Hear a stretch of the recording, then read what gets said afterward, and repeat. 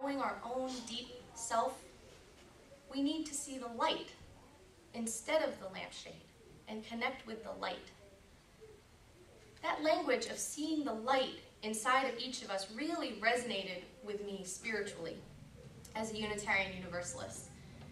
Our Universalist ancestors rejected predestination, and they ultimately rejected original sin altogether. And they said instead, we are originally blessed.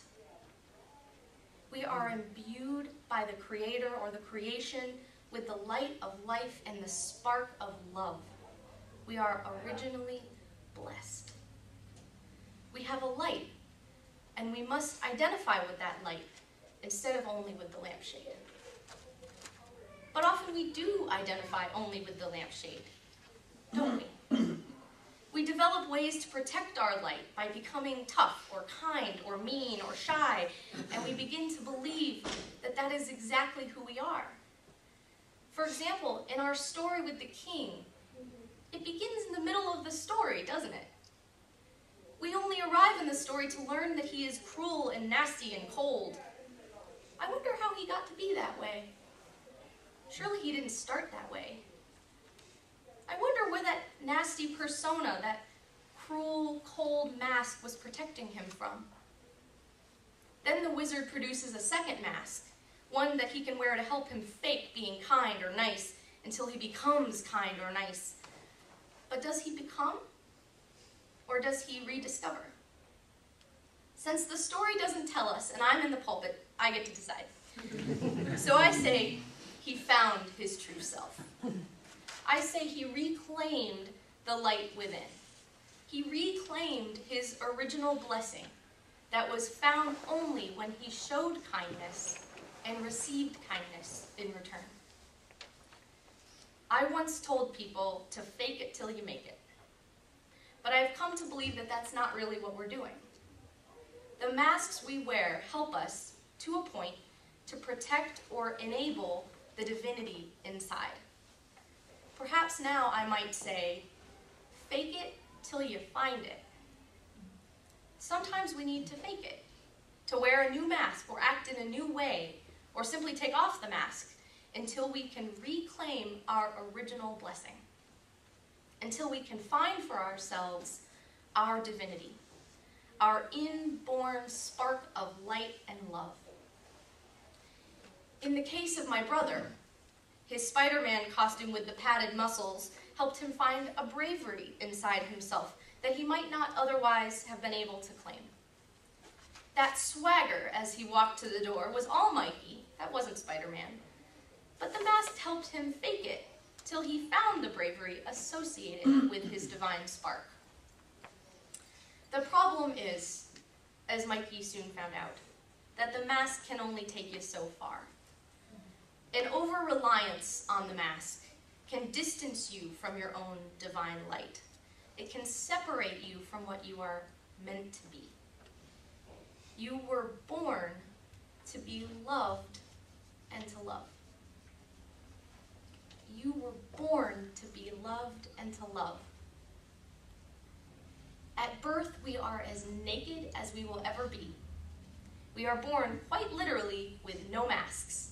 We have nothing to hide our bodies and nothing to cover our most basic needs. We do not hide our expressions. We do not wince from affection. We are quite simply built to love and be loved. Somewhere along the way, we build and acquire these masks to help us more readily meet the challenges of living life in a messy and unpredictable world. And in meeting the challenges of living life in a messy and unpredictable world, those masks can be very helpful. But sometimes we just need to be able to let down our guard from time to time, to take off the mask or explore what's underneath it without fear of retribution. Sometimes we need to remember our divine spark inside, underneath that well-crafted and well-protected mask. To find a place where you can remove the mask is true safety. It's true authenticity. It's beloved community. It's religious community. When we gather in this religious community to worship together, to celebrate the spirit of life, to celebrate the joy and difficulty of being alive, we need the opportunity to see in each other our light instead of our lampshades. There are very few places in human society where we can begin to peel off the mask and let our spirit just breathe for a moment, where we can rest in the comfort of a loving community and engage one another with honesty and support and challenge. This is that kind of place. Or, if not yet, this can become that kind of place.